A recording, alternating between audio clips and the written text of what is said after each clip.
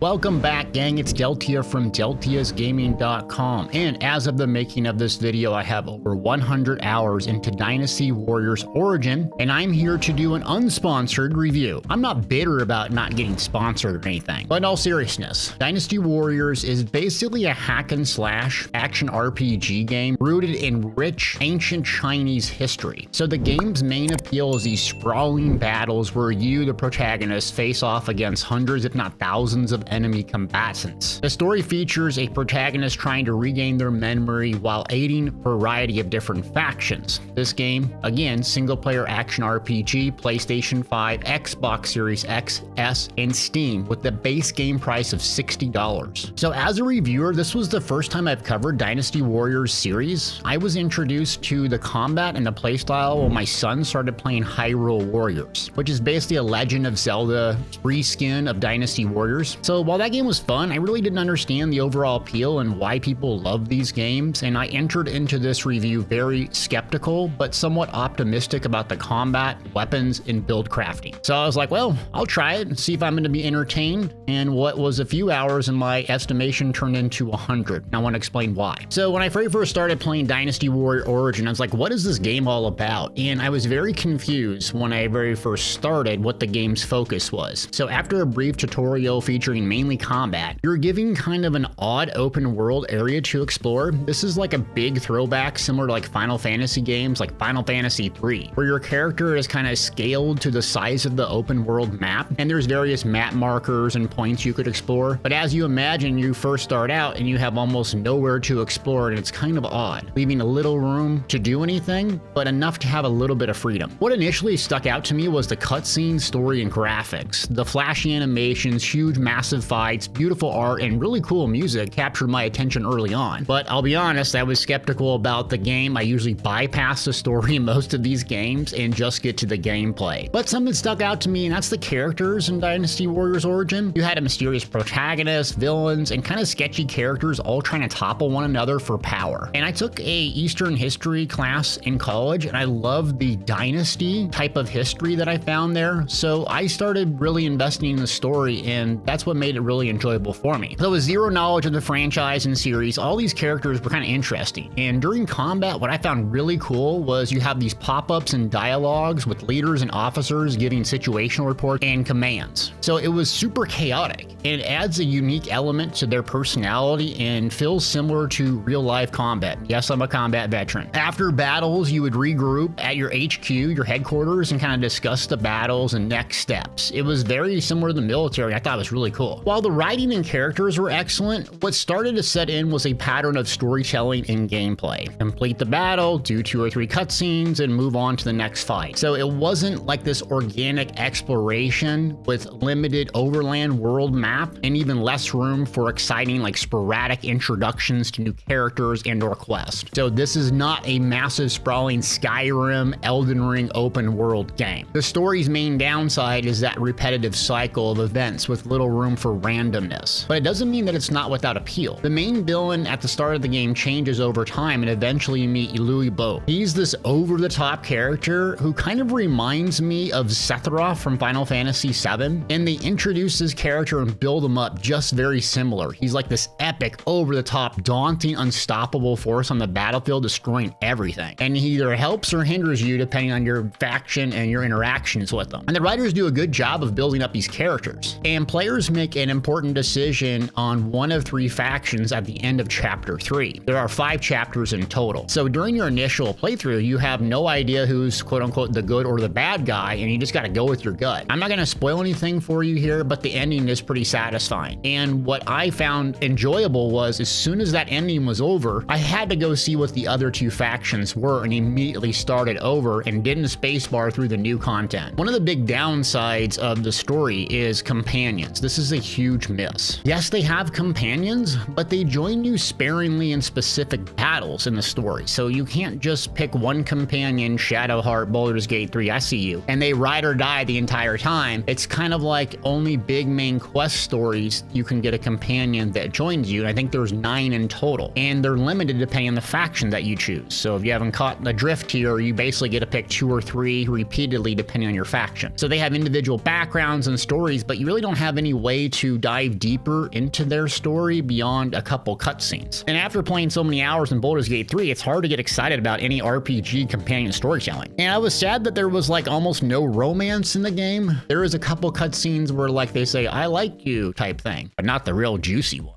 So I don't play like RPG games for companion lover stories, I'll be honest with you, but just like real life, I want a sense of connection and depth to the storytelling, and not having that option is really limiting. Now, companions do tag along on select missions, and you can use like their abilities, their battle arts, and or their ultimate ability. And when their gauge is maxed out, you can actually swap to them and you get like these overpowered skills, and it's kind of like a secondary ultimate. It gives you a taste of in-game battle arts, skills, and weapons, but why the developers only decided to have them limited to specific missions and not have romance is a big disappointment for me. Something that wasn't a big disappointment was the sprawling battles, keeps, castles, valley, and environment. So when you're going through the game, there is somewhat of an open world environment. Again, it's very limited. And the art style stuck out to me as colorful and alive. The colors of the environments, the pop-ups, the skills made you feel every choice in combat was really impactful. And the battles start to scale up in dramatic effect as you make progress through the campaign. For instance, one battle has you siege a massive keep with this mechanic to protect a battering ram. So you spend some time in the initial part of the battle taking these small towns around the keep to avoid reinforcements before you siege. And then you crest a hill to see this massive sprawling keep with ballistas, trebuchets, and nearly like endless enemies awaiting you. I thought I had like a cutout of Lord of the Rings here or something. It was epic. And then you gather your forces outside a keep and move to this small circle on the map. This triggers like a charge for your faction, which is like amazing epic. The graphics kind of rumble as you're on your horse shaking and charging in. The sound scales up and you can hear the yells of your allies and companions, soldiers, cavalry, officers, all charging the front of the keep, and then they clash into each other. Soon as it clashes, it pans this cool panoramic view, kind of showing you the landscape and what's happening. And it just kind of gives you a sense of like, crap, this might have been what it really was like back in the day. And even 100 hours deep, I still love that feel of riding the horse, charging in YOLO style and blasting that wall of enemies. It's awesome. So the downside to the environments and graphics were they didn't have a lot of diverse environments or anything to look at. So it's set in this local area in China, and most of the battlefields looked exactly the same. And sure, they're mountains, but there's like little differences, if any, in the big battles. In terms of environment, I'm talking like swamplands, deserts, mountains, you get it. And the overland itself was very similar, didn't have a whole lot to look at since it was limited in location. Therefore, you're looking at the same repetitive environments and setting in combat as well as exploration. So my favorite aspect of the game is like the weapons and combat. You're introduced to one at the start of the game, the sword, and it serves as kind of like your class. The game features a total of 10 weapons. You're gonna get 9 through the main campaign. Once you beat it, you can unlock post-campaign, which gives you 1 new weapon, and each weapon has its own unique playstyle, battle arts, and combos. You have what's called strong and normal attack. Think of them as light and heavy. So you can do 4 normal attacks, which kind of goes in the series in this combo, and then do 2 strong attacks, and so on, chain them together. Different weapons want to use either normal, strong attacks, battle arts, and so forth. So they play differently, but similar enough where you can get the hang of it pretty quickly. And it's just like other Eastern action RPG games. So you have like 4 skills: dodging, blocking, and it's time-based gameplay. So you have to time like a dodge or a block at the exact moment, and it will reward you with a resource called bravery. Think Black Myth Wukong here as far as this gameplay and combat, but you have a lot more skill usage. There's no cooldowns on the skill, so as long as you have the resource bravery, you can fire off skills called battle arts as much as you want. As the game progresses, you gain access to these new weapons, and you can improve your ranks. Ranks unlock skill trees, passive bonuses, improving your overall power. All this to say is the game kind of wants you to experiment with all these different weapon types and find your fit. Now, combat in Dynasty Warriors Origin is also repetitive. If you've caught a theme here in my review, you build up bravery, that resource, and you activate battle arts and use normal and strong attacks. You're doing this all to remove a shield called Fortitude, which is essentially like a barrier before you get to the majority of the health of the enemy. 2 types of enemy, trash or weak weak enemies, and then officers. The main combat is facing off against officers, kind of one-on-one with these little trash mobs surrounding them. Once you break through the fortitude, you get something called an assault. And that's like 2-3 seconds of free damage to beat on the enemy, and then it's kind of rinse and repeat. You also have ultimates, and you can enter this War God Rage mode thing, which is like invincibility, which is also pretty cool. But it's pretty simple gameplay, but I found it extremely fun, especially when you can ramp up the difficulty. So combat revolves around basically taking these small towns, fighting officers, and keeping your officers alive. And some of the win-loss conditions aren't just, hey, kill everybody or survive. You might have to go protect 3 officers, and that's what makes it really interesting and fun to see how the gameplay plays out. You're riding your horse from objective to objective. Instead of just worrying just about yourself, you're kind of managing all these battle scenarios unfolding, and it's awesome. Like for instance, you could be having all these dialogues and pop-ups, you know, everything's going wrong, your NPCs are dying, the enemy's building morale. Meanwhile, someone's trying to duel you, you get knocked off your horse. It's just really chaotic and active. And that's kind of what leads me to why I played for 100 hours. I wasn't sponsored, not that I'm salty about that. So while the game's combat and story are repetitive, I actually enjoyed the repetition. I kind of like that. I love the combat and it's fun. What kept me playing is kind of seeing how both the story and the combat unfolded differently when playing a second or a third time. So as I mentioned, you get that post-game content, right? You have 5 chapters, and completing the campaign, the initial time takes about 30 hours if you were just to do it straight up, which is really good time in my opinion for a campaign. After that, you unlock a new weapon, super overpowered, the halberd, and a new difficulty called Ultimate Warrior. And then you can kind of retrait and reforge weapons, so you get more ways to mid-max your weapons. Essentially, the game gives you a huge incentive to play over again. And you can go back directly to chapter 3 and pick a new faction to support versus the one you previously did, or pick specific missions, specific cutscenes. It really lets you not only start over from scratch if you want, but pick where you want to start over. Also, the game endings unfold way differently depending on the factions, so it's not just minor changes here. They are actually really good, and I think there's one perfect ending if you beat all 3 in a specific way. No spoilers. In a nutshell, what kept me playing the game for 100 hours was a sense of constant progression.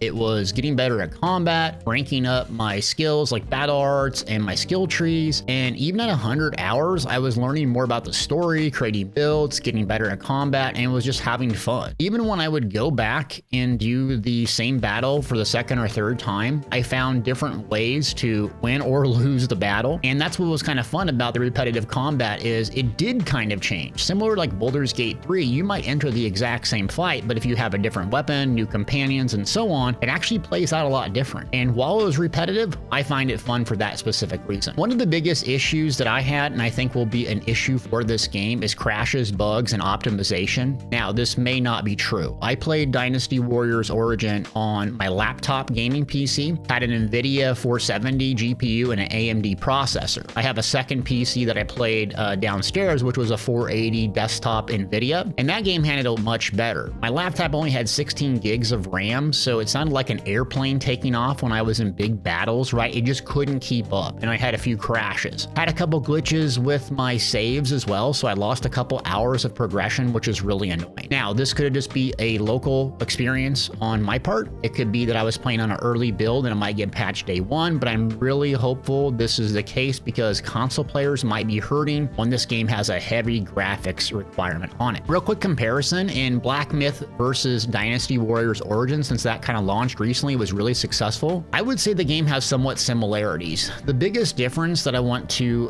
express to you is the exploration. So people love Black Myth Wukong and games like Elden Ring, Skyrim for these huge sprawling zones, open world. I personally don't. Dynasty Warriors Origin does have a weak open world knockoff, and so it has this map, kind of gives you a little bit of freedom, but you're not going to be exploring and randomly finding all this cool stuff like the open world games. I like a little hand-holding in my game, if I'm being honest. I want something to guide me to the next objective. I don't like wandering around aimlessly and not knowing what to do next. I just get frustrated. Dynasty Warriors Origin even gives you this bird and a trail to follow to the next objective if you get lost. And the build crafting is real similar to Black Myth Wukong. So you have a couple ways to customize your playstyle with passives and skills like battle arts, and you unlock new ones through completing the campaign, the store, and basically companions. However, it lacks the complexity and depth in weapon customizations and options like Elden Ring or obviously Baldur's Gate 3. But it's good enough to give you some freedom and choice and some agency over your playstyle and your build. build. All right, who should play Dynasty Warriors Origins? So I received a free review code, but I honestly, after playing the game, would have paid $100 for the digital deluxe edition. Throughout this review, I've kind of hammered on the game's repetitiveness. I enjoyed the game's repetition and played it over and over and over. Most of the games that I pick up nowadays, I play 1 or 2 hours, and if I'm not hooked, I just put it down and never play it again. I've spent $60, $100 tons of times doing that, and it was completely stupid. I think this game, by the time it launches, will have a demo. I would highly recommend, if that's available, to get the demo.